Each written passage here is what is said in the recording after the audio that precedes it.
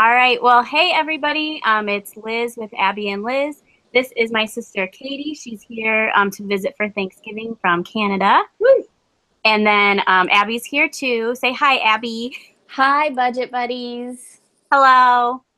And then me and Katie are coming live to you from our mother's closet because this is the only like kid-free area in the house. We have like five little kids right now at the house. So we're hiding and spending as much time as we can on this video to stay away from our children. So Abby, tell us about how did your week go with your cash envelope for the first week? It went so good. So this was the first week of November, and we did all cash envelopes outside of our budget, like our to fix that. Sorry. We did all cash envelopes outside of our bills. So we did grocery, Bo's spending money, my spending money, our home or personal account, which would be anything like toilet paper or like anything for the house, like dish soap, things like that, and then entertainment. And so we did $90 for groceries for the week, which is a huge reduction from where we were coming from at like 150, 160, sometimes even closer to 175. Both got $60 and I got $30, and that's because before we started divvying up the money, I had already spent $20 going out to eat with friends, and it had to be fair. And then the home account got $25 and our entertainment budget got $15.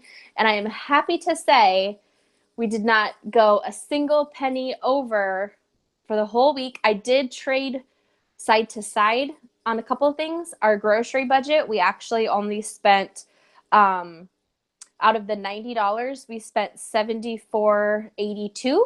Wow. I know. That's like huge. It's really huge. And Bo spent almost, I think he did spend his full 60. I spent actually closer to 40 than the 30.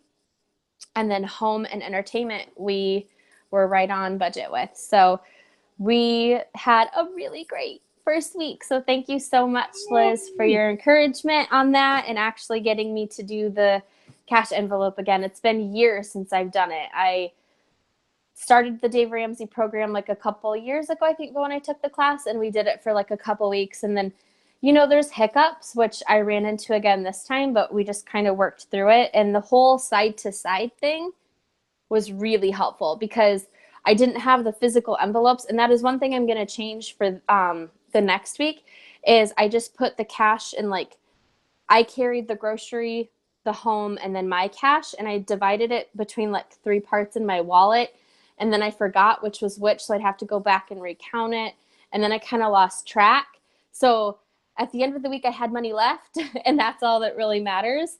So, but now I feel like I could get into a really slippery slope of overspending in my category because I am carrying the 3. So I do want to be more cautious in the next week to actually have a physical paper envelope and like write down the tallies. Like if I go to Starbucks, I'll take out the 583 or whatever. Mm-hmm. The fact that I know my Starbucks total by heart, I guess, is a telling problem. But anyway, so that's what I'm going to do going into the next week. But yeah, it was a great week for me. So how about you? How was your week? It was not as good as that. So a little background. So I overspent by $128 last week. And to give you some idea, my total budget usually is $145 for the week. So to overspend by $128 is a lot. But here's what happened is on Friday, I actually quit my job and I started a new job on Monday. So there was a little bit of emotional spending at Target. And so on Friday, I spent $75 at Target that came out of nowhere. And then $30 to eat out that night because it felt like we needed to celebrate, the ending of one thing and the start of another thing. And but yeah, but that's one of those things that we always fall into is those like, this is important. We need to like, this is okay. Like we justify it. And it's like people didn't have that $30. So And I don't remember. The other thing was like I was buying a pizza and I thought I had the cash for it, but then I was like $1 short. So like because there was a line behind me, I just put it on my card. And then of course I spent that cash too. So I like double spent. So that's what happened. That's okay though. And to be fair, it was kind of like you knew because that night you like texted me immediately and you did like check in with me like we have been doing. Yep. Yeah, and it's like I knew when I went there. So I got like $130 worth of things at Target, and I only spent $75 on them because I had so going in I had $40 in gift cards that I had gotten from like different Cartwheel specials over time, and then I got another $20 of Cartwheel gift cards that I was at the self-checkout and I did 3 separate transactions so that I could get a gift card and then spend it on the next one. That's brilliant. That's what you should do. Yeah. So it was $75 and I got a bunch of stuff, but it'll be okay. And then, so to help me, so that was on Friday. And then it was Saturday, the next day, I went to Abby's house and was like, okay, I need to get my budget in line. So she does a really good job of like doing her monthly budget, whereas I feel like my strength is more in like my weekly budget stuff. And so she showed me like the way that she does the monthly budget, and we sat down with like real numbers, like here's like I'm getting this paycheck on this day, these are the bills that are due on this day, and we like wrote it all out on like a calendar that we printed out to figure out like the cash flow and like, okay, so, and the greatest thing was we ended and I was like, wow, so I can like hit my goal for paying off my credit card debt, like the extra payment that I want to do and all this. And we were like, all right, great job. I'm so glad we did this. And then I remembered I forgot about daycare. Yeah, that was sad. Yeah. And that is like, daycare is a lot. Over $1,000 a month, and we had forgotten about it. And then I didn't have enough money. So, but we got it all figured out, and I was glad that we figured that out before I like, because I'm really tempted to like, all right, well, let me just pay that credit card so I don't spend it somewhere else. But if I would have done that, then I wouldn't have had the money for daycare, which is a very important thing. So, yeah, you were so excited to pay off that debt. Yeah, it'll happen someday. It will. December's coming. Yep. Yeah. So let's see. So Katie here, she's visiting from Canada. Yes. And she has at least one question. At least one question. Yes. So I am curious, what gave you guys the idea to start being budget buddies? Like, where did this come from? I've never heard of this before, and it's brilliant. Yes. Oh, that's so sweet. Yeah. Well, we were doing it just kind of naturally. So then Abby, tell the story. So a couple of years ago, Liz and I kind of confided in each other that we were both ridiculously poor. And I think we were both kind of shocked by it a little bit. Like, we were young, newlyweds. I think Lily was born at this time, but it was kind of like a huge relief to know that we weren't the only ones that had significant like student loans and just general like way more month than money and relying on credit cards. And then we also had very similar like lifestyle, like justification. We would overspend, we'd go out to eat, go to movies, because we weren't really buying things, or we weren't really, doing a lot of things for us. So we would justify, well, I want to go to Target and buy all these things, or I want to go out to eat every week because this is what grown-ups get to do, kind of mentality. And then it was over the summer and then early fall, I think I just had one of those days where it was just like, I'm sick of this. I have zero accountability for myself. I just kind of keep making these excuses. And I can't remember if it was if I messaged Liz or if Liz messaged me right away, because she was living the same kind of life. And we both were just like, okay, so here's what we're going to do. I really wanted to stop eating out all the time. And Liz needed motivation. I think it started with the house cleaning, honestly, because I told you I'd been watching a lot of YouTube lately, and it was really motivational because all I needed to see was somebody else cleaning their house or somebody else doing their budget, and it helped motivate me to do it. And so I told Liz to do it, and then she sent me a picture, kind of like, "Thank you so much. Look at my porch." And I was like, "That's amazing." And then we started kind of challenging each other. Like, I would send Liz my house, which was a disaster, and then she'd be like, "Okay, that's terrible. You can do it though." And so then I'd go clean it, and then I'd send her a picture that I did it, and it was like, "Yeah, you got a gold star. Good job adulting." And then we were like, "Okay, well, we can support each other on this. Now let's support each other financially." And we just got really real, and I sent Liz like basically all of our numbers, like all of our debt, our income, and Liz sent the back to me, and we just kind of decided like, okay, so tomorrow if you are at work and you really want to go to Starbucks, text me instead. Like, it was seriously kind of like an AA counselor. Okay. Like, and not that that is, anything to joke about, but it's like a real addiction to want to go out or want to spend money.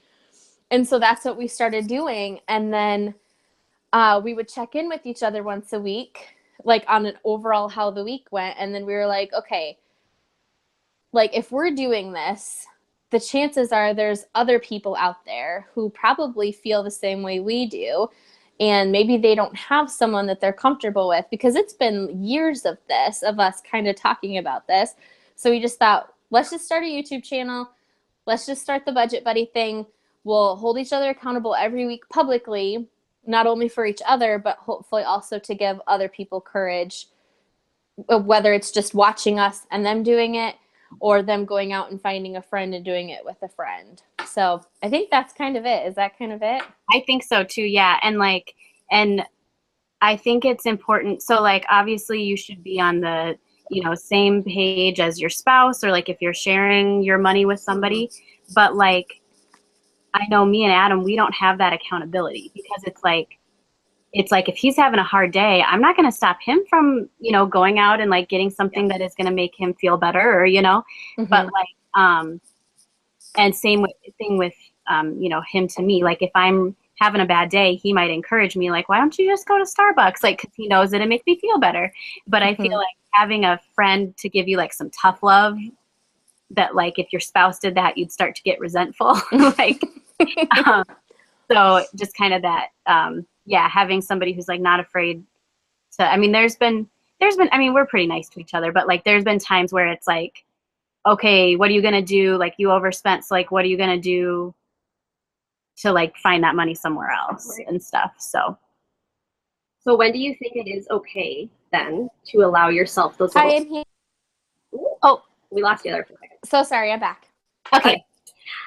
So when do you think it is okay to allow yourself those, "I've had a bad day, I really want Starbucks," or "I quit my job and dang it, I want to go out for dinner"? Yeah. Because I think that is legitimate, and especially when you're being so hardcore about your budget, like I think allowing yourself a treat every now and then is perfectly reasonable. yeah. So I don't know if you guys have any, like, do you have a certain number of times in a month that you'll allow yourself to do that, or certain circumstances that you'll allow yourself to do that under? Not really, but those are good ideas. But I think like the idea of having like fun money or whatever in your cash budget is for that. But when I go over, it's because like what Abby said about, I only got $30 because I already spent $30. Right. Like that's what happens to me, is like I should get negative $75, but instead I'm going to get $35 and everything. Right. So, and I think it's a matter of kind of knowing to, maybe this is more dangerous, but like knowing that I do have that money somewhere else. So this isn't terrible. Right.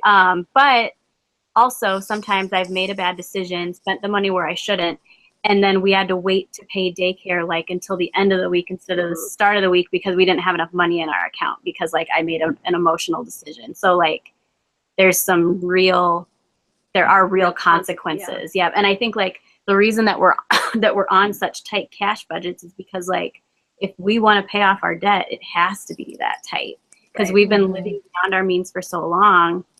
Like the consequence of that is that you don't get any money. I don't know. Mhm. Because it has to happen at some point. Like we didn't do it when we should have. Right. And so Yep. yeah. And there's two ways that I'm looking at it too. So like even from a couple months ago, like Bo and I went into this like spending around $1,000 to $1,200 a month in groceries and eating out, which would include Starbucks and all of that. And that's just because we were just spending it as we wanted to. Whereas now, like last week, we spent for the whole week's, what did I say? 74, let's say $75. If we keep up with that, like that's a huge savings. And yes, I'm feeling more deprived. And yes, I would like to go more. And I'm not saying I don't, because like I said, I had to give up a little money and then, you know, this whole moving side to side. So I'm still not perfect. And I probably never will be because I am an emotional consumer. I enjoy getting my coffee, or I enjoy the quick like uplift of, you know, like going to a restaurant with friends or Bo, but I'm still doing better than I was, and I'm much more aware of it. And now I'm recognizing the problem of those emotional buys and the justification I have. Like I didn't realize how bad I was, like to the point of where everything became emotional then. So Liz and I don't know if you're aware of, but we had this peanut butter jelly or PB&J consequence. Has she told you about this? I am aware of that. Okay. Yes. Okay. Her So- husband watches our channel. Yay! Because he So- does all the grocery shopping and food prep. So That's amazing. Oh, That's PB&J amazing.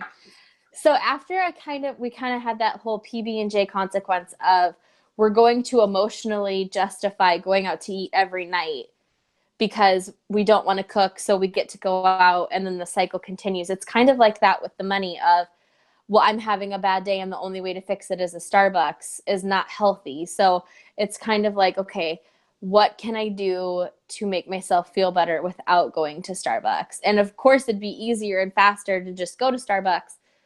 But realistically, health-wise and financial-wise, that's not. And then we get into these, like, I'm spending $400 a month on coffee, and that's like my car payment, my student loan payment, and, you know, a week at daycare all in one. And that's just madness. Yeah. Yep. Yeah. That's a good way. We should break it out sometime of like how much we were spending on like frivolous things, what that would equate to, and like responsible things. Mm-hmm. I agree. Yeah. Well, we will wrap up this week's episode of Budget Buddies. Thank you, Katie, for joining us. no problem. Yes. And- Thank you. And then I'm going to try and make a video with Katie and my other sister, Jessie, about saving money around the holidays. We come from a big family. There's like 20 of us that are at like just our immediate family that are at like Christmas together. So like ways that we've done it over the years of not buying a present for like every single person in the family, and like ways that we make that fun. So we're going to talk about that. That's awesome. I'm excited to watch that. Yeah. And once we make it, if we ever make it, we'll link it right up here. You will make it. Yeah. Now I have to. Now you have to Um, because it's in a video. Thanks, everybody. Bye-bye. Thank you. Bye.